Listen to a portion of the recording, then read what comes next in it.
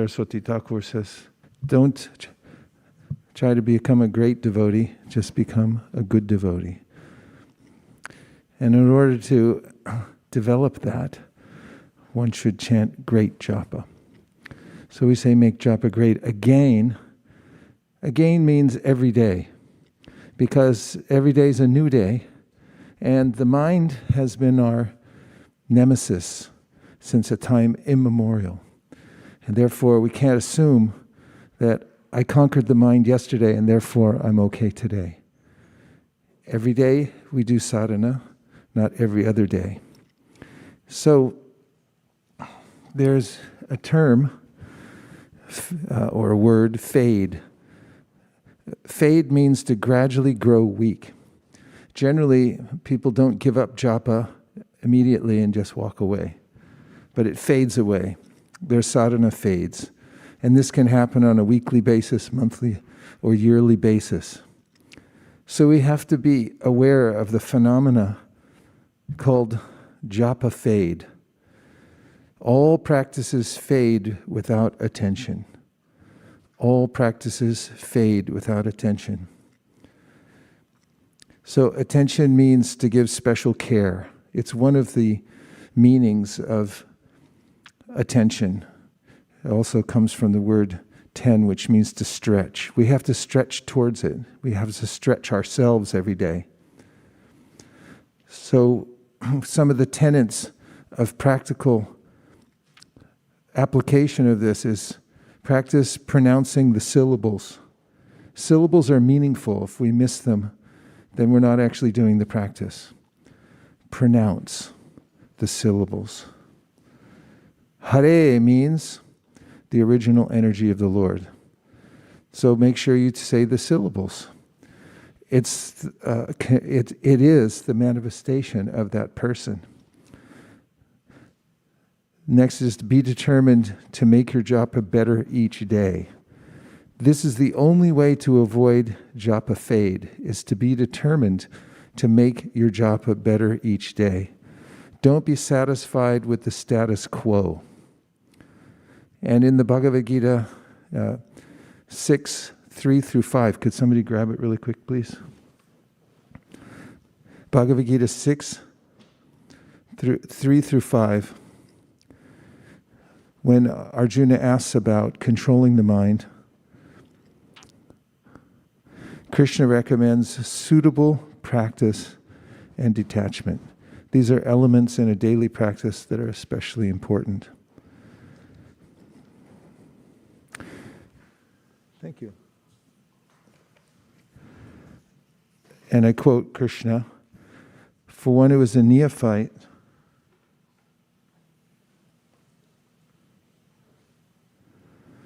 in the eightfold," that's not it. One must deliver himself with the help of his mind and not degrade himself. The mind is the friend of the conditioned soul or his enemy as well. Not the verses I was looking for. Not your fault, mine. I had that wrong in my notes. In any case, when Arjuna mentions how difficult it is to control the mind, Krishna recommends suitable practice and detachment. And finally, a reminder while we're chanting japa, through which we could actually gain the cooperation of our minds. Thank you.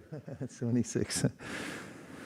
Krishna says, "Yato yato nischalati," from wherever the mind wanders due to its flickering and unsteady nature, one must certainly withdraw it and bring it back under the control of the self.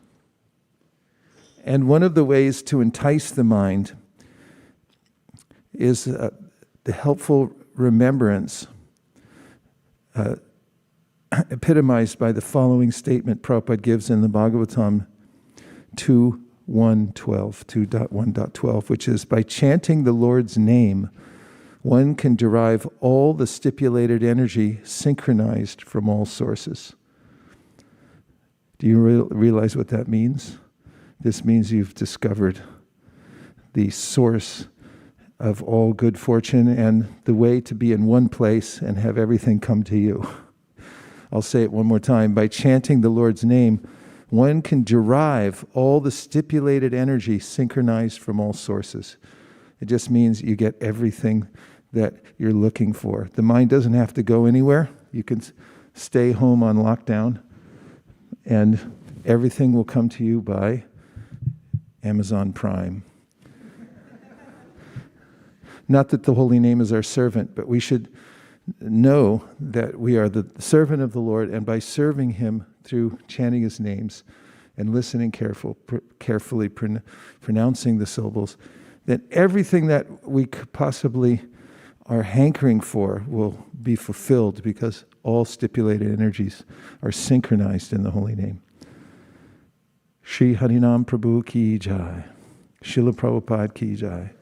Jai Shri Krishna Chaitanya Prabhu Nityananda Shri Advaita Gadadhara Shivasari Gaura Bhaktivinoda. Hare Krishna, Krishna Krishna, Hare Hare. Hare Rama, Rama Rama, Hare Hare. Hare Krishna. So in chanting Hare Krishna, which is the prime means for deliverance for everybody, Etan nirvidyamananam ichatam akotobayam yoginam nripanirnitam harer namana kirtanam. We follow the footsteps of the great acharyas who have said conclusively that this is the way to deliver oneself from the material energy, despite who one may be, what position one may be in as a king or a pauper. And one of the processes is sambandha gyan. Along with chanting, there has to be a cultivation of our knowledge of our relationship with the holy name and with all of Krishna's energies. Considering that, from the last points that I made from the very beginning, does anybody have any reflections? And then I'll just read a couple more. Shamalangi. Hare Krishna? Hare Krishna. It's working, right? Yes. So the word fade that you made, I thought it was very, very appropriate, because it's, it happens to so many things in the world, not only our chanting. Like I was even reminded of our clothes. You buy new clothes, we keep washing it, and we don't even realize it fades unless we see a same, fabric somewhere, a new one. And then I was also thinking of the, we got our COVID shots, like, the vaccination, it's fading away, and now we have boosters. So even for our sadhana, we have to be alert and, remind ourselves and keep on taking these boosters. And I was thinking the Devotee Association is a very good booster. So that's... Bravo, bravo. Sadhu, sadhu. A couple more reflections in the way of cultivating sambandha gyan. Hare Krishna. You gotta be fast. Hare Krishna. Hare Krishna. Please accept my humble obeisances. Jai Srila Prabhupada. Thank you. I like the point when you said do it every day, not like every other day. So you have to, every day is a new day and you do better every day. So I like that point. Thank you so much. Yeah, the Bhagavatam says, with every rising and setting of the sun, a day passes and is lost, except for one who's chanting, who's hearing about Krishna. And in which case, one's coming closer to the spiritual world. But every day is a compact unit, and we have to take advantage of each day. Yes? Hare Krishna Guru Maharaj. I was reflecting on the point that you mentioned, the Japa fade away, as I could personally see, like I could not chant for some of the days, but so I was reflecting on that point, and also like if at least if we do some rounds in the morning, that will help to not to fade away for that day. But again, the next day it's in general, like we have to strive every day. So that I was reflecting on that. It's one of the most important principles in any discipline, and that is to learn how to not fade away. Because those who can somehow or other cling to the discipline, even at the time when there's a low ebb, can be consistent, and consistency is king in any discipline, to be able to do it and not have a huge gap where you have to come back and start the trail from where it's cold. One more? Yes. Hare Krishna, Guru Maharaj. I like the point that we shouldn't take it as a status quo, so it should be improved every day.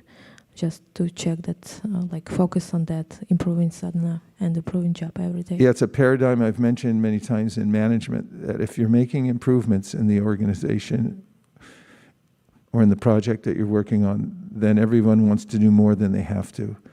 If you're staying the same, you're on a plateau, then everyone does just what they have to get by. And if it looks like it's getting worse, then people quit.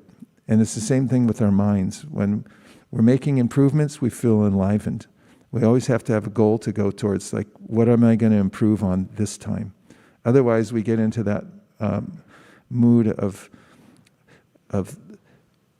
forgetfulness, and it becomes boring, and then we fade away gradually. I just have a couple more points for your consideration. And that is a metaphor of fishing. Where recently I saw in Japan, people fishing, they try to lure a fish to bite the hook. They have a billion-dollar industry where they create all kinds of fish or lures. They're actually hooks, but they look just like a fish. So the bigger fish will want to bite it. Some of them look like worms. And so the fishermen I see in Japan, they're retired, and I guess it's one thing you do when you're retired, you stand there and fish all day. So they keep putting the hook, the lure in the water, and very patiently for hours, they throw it out and then pull it back in, throw it out, pull it back in. And eventually a fish comes along and sees it and grabs it and gets caught. So in the same way, we have to be like fishermen and keep putting the mantra in front of our mind, because at one point the mind will catch on. It'll see it's like, oh, that's something, and grab it, and then we're caught. And if in any given session where we're chanting japa, we can catch the mind on the mantra, then we'll have absorption. And it's only from absorption where we make advancement. When we're on the external and we're just chanting in namabhas, we're letting the name fly out this way, that way, but our mind is going somewhere else. We're not making significant advancement. But when we're actually able to catch on to the holy name and be absorbed in it, and we feel that absorption carry us away, we're being pulled by the holy name rather than by our mind, then we're making significant advancements. So we should try to fish every day, catch the mind on the hook of the mantra. Then we'll be happy. Hare Krishna. Gaur Premanande Haribol. Hare Krishna. There's just a few minutes left before we greet the deities. And I wanted to see if you wanted to share any realizations that you got from today's session of chanting japa. Nice to take something away. Sharing means caring. Yes, Radhaballabha Prabhu. Hare Krishna. Hare Krishna. I was just thinking, so many things we practice in our life, like learning a bicycle as a child, or learning some tough things like mathematics. It takes some time, then we kind of grasp it. But I've been chanting holy name so many years, it's so tough to grasp it. It's really tough. So thank you for the inspiration and all the nice point you made today. Like every day, sun is rising and setting, and we have to sit and keep practicing and challenge ourselves to make it better every day. That's how we grow. And that was really enlightening. Thank you. Thank you, Prabhu, for bringing up that point and for setting an example of doing such things yourself. Hare Krishna Maharaj, I like the point of don't fade away. I remember that previously also you mentioned how if you don't give proper attention, everything's fade away, and attention is like really, and the one way to give attention is to really hear every syllable. of the holy name. That way we can bring our mind. And similarly, the analogy of the fish that you gave, that's very appropriate. We can bring our mind again and again. Thank you. Thanks for those points. And also on the flip side, if I may, urges and anartas, we can let fade away. The same principle works if we don't give attention. For instance, an urge comes and says, I'm going to be here forever, but you just ignore it for a little while. Go, hey, where'd you go? It's gone, because you can move on to something else. So we really have to prioritize. Ashok Krishna Prabhu. Hare Krishna, Guru Maharaj, please accept my humble obeisances. I was wondering about the point you made about cultivation of knowledge, because that's equally important while chanting, because the Shastric Pramana with the evidence not only gives us to convince ourselves that this is the only way of achieving the absolute truth, but also to convince others who are lost in this journey as well. So yes, I really thank you. And one of the reasons that outreach is so important is because when we're teaching others, then we see their reactions, and then we see it in ourselves too. They become our mirror. Like somebody goes, I'm not interested. It's like, why? You didn't even hear about it yet. And my mind's like that too. Malini, last point. Hare Krishna Prabhu. But the point that I really liked is that one is the fade away, but the other one is also that you made, that in absorption is significant progress. So if we just do our sadhana, but if you're not absorbing ourselves deeply, then we don't make significant advancement. At the same time, there's a danger that we might fade away. You don't just walk out and say, stop chanting, but slowly it happens. Thank you, Prabhu. Yeah, thank you for mentioning the absorption principle. 1 second of absorption is worth months, maybe years, maybe thousands of years of chanting without being absorbed. And therefore, it's illegal to go on practicing without becoming absorbed. That's the Niyamagraha principle. It says, don't do that. You're not allowed to do that. You're supposed to become absorbed in it. So we came together and did the prime activity to expand our Krishna consciousness individually and collectively. So let's just keep doing it every day, no matter where we may be, and making it the prime focus of our life, and then we'll be successful in all ways.